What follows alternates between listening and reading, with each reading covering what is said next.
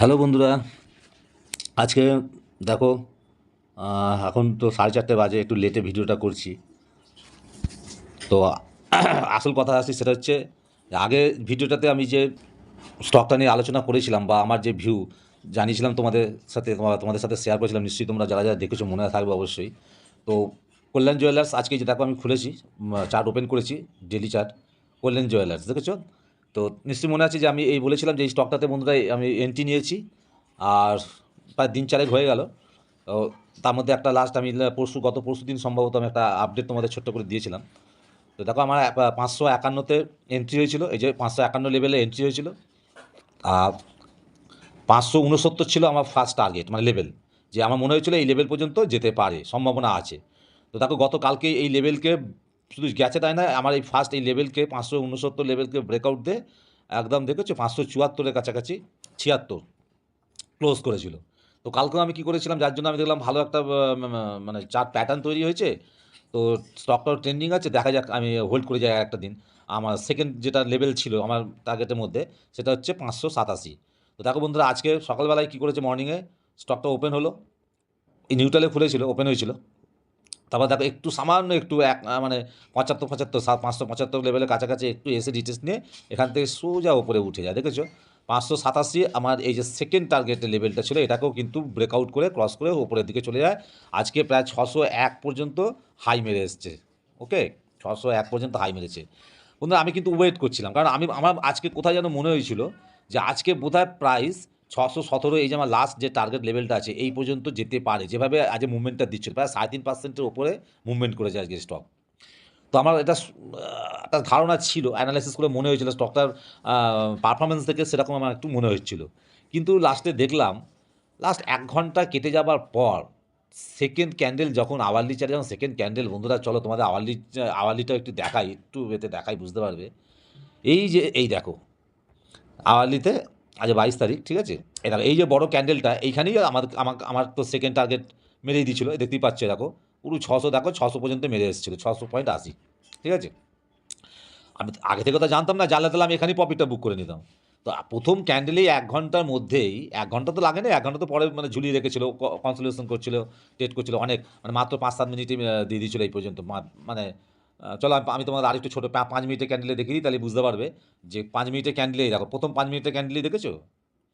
দাঁড়াও 1 সেকেন্ড, এই দেখো ফার্স্ট ক্যান্ডেলই দেখো মোটামুটি হাই মেরেছিল, দেখেছো? 597 হাই মেরেছিল, ঠিক আছে? তা আমি দেখলাম ফার্স্ট ক্যান্ডেলে এখানে হাই মেরে এসছে, তাহলে আজকে সারা দিন পরে আছে, মাত্র মানে 9টা 15-তে মার্কেট ওপেন হয়েছে, 9টা 20-র মধ্যে আমাকে 597 আমার মানে 587 আমার সেকেন্ড টার্গেট ছিল, তাকে ছাপিয়ে ছাপিয়ে আরও 10 পয়েন্ট উপরে গিয়ে 5 মিনিট, প্রথম 5 মিনিটে ক্যান্ডেল দেখো ক্লোজ করেছে। তো আমি ওয়েট করছিলাম, সেই যে শুরু হলো, মানে এত বোরিং আজকে সারাদিন হয়েছে। দেখো 5 মিনিটের চারটা দেখো, এই দেখো কী করেছে, দেখো এই দেখো সারাদিন ধরে দেখলে, দেখো কী করেছে, দেখো আর কিচ্ছু করেনি। এই যে 600 মারলো, এই 600 পর্যন্ত মেরে ব্যাস একটা রেঞ্জ তৈরি করলো। আর এই রেঞ্জের মধ্যেই দেখো এই 600 থেকে, আর এই যে নিচের এই লো মেরেছিল লাস্ট 590, এই 590 থেকে 600-র মধ্যে একটা রেঞ্জ করে সারা দিন 6.5 ঘন্টা প্রায় কাটিয়ে দিল। আমি আজকে খুব আশা করেছিলাম যে আজকে 617 মেরে দিতে পারে টার্গেট। তো আমি বন্ধুরা, আমি কি করলাম, লাস্টে মানে লাস্ট 15 মিনিট বাকি, ঠিক আছে, লাস্ট ক্যান্ডেলটাতে, আওয়ারলি লাস্ট ক্যান্ডেলটাতে, মানে আগের ক্যান্ডেলটা যেটা বলতে পারো, হুম, আমি দেখলাম যে আজকে যখন ও মারলো না, 617 গেল না, এবং এইভাবে এই যে সাইডওয়েজ ট্রেড করে গেল, এই যে সাইডওয়েজ করে গেল, যদি একটু বড় টাইম ফ্রেমে দেখাই, আওয়ারলিতে দেখাই সুবিধা হবে আরও। এই দেখো, দেখেছো? দেখো কি এইভাবে আওয়ারলিতে দেখেছো? টানা একটা রেঞ্জের মধ্যে 600 থেকে, আর এই দেখো এই 600, 590, এর মধ্যে একটা রেঞ্জ তৈরি করে সাইডওয়েজ ট্রেড করলো।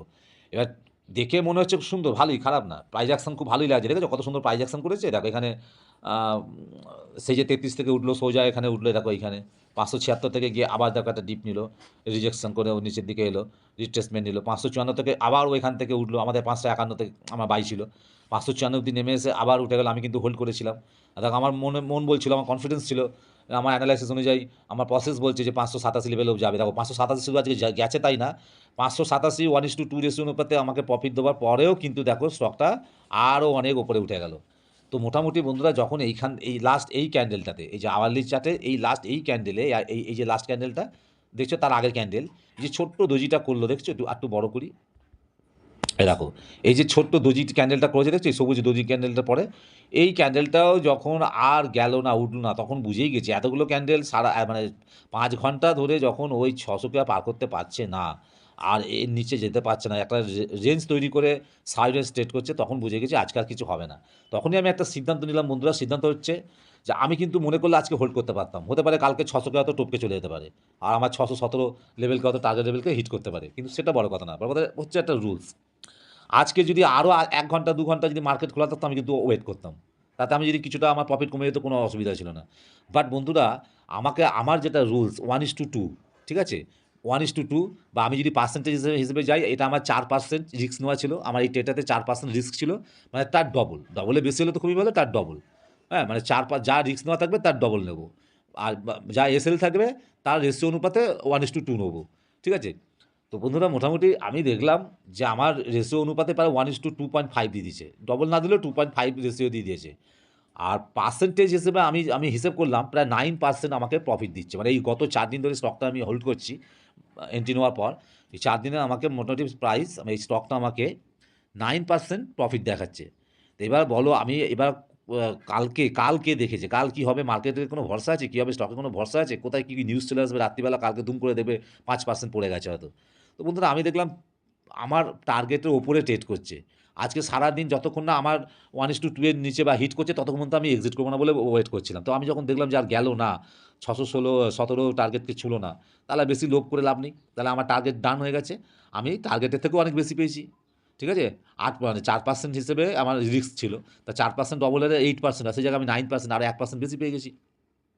অর্থাৎ মানে আমি এক্সিট করে গেছি, প্রফিট বুক করেছি। 9% আজকে প্রফিট বুক করেছি, ঘুরে বেরিয়ে গেছি। দেখো স্টকটার 594 এখানে এসে আওয়ালিতে দেখাচ্ছে 594-97 মধ্যে ক্লোজ করেছে। অর্থাৎ কালকে কী হবে কিন্তু আমিও জানি না। এই হচ্ছে আপডেট বন্ধুরা। আগের দিনে যে স্টকটা কল্যাণ জুয়েলার্স স্টকটাতে আমি কাজ করেছিলাম, যে ভিডিওটা তোমাদের আমি শেয়ার করেছিলাম, তোমরা দেখেছিলে নিশ্চয়ই। তো আজকে আমি সেই শেয়ারটা থেকে বেরিয়ে গেলাম, সেই স্টকটা থেকে বেরিয়ে গেলাম, ট্রেড থেকে আমি বেরিয়ে গেলাম। আমি আমার প্রফিট বুক করে নিয়েছি। তো আবার নেক্সট কোনো স্টকে আমি আগামীকাল দেখব।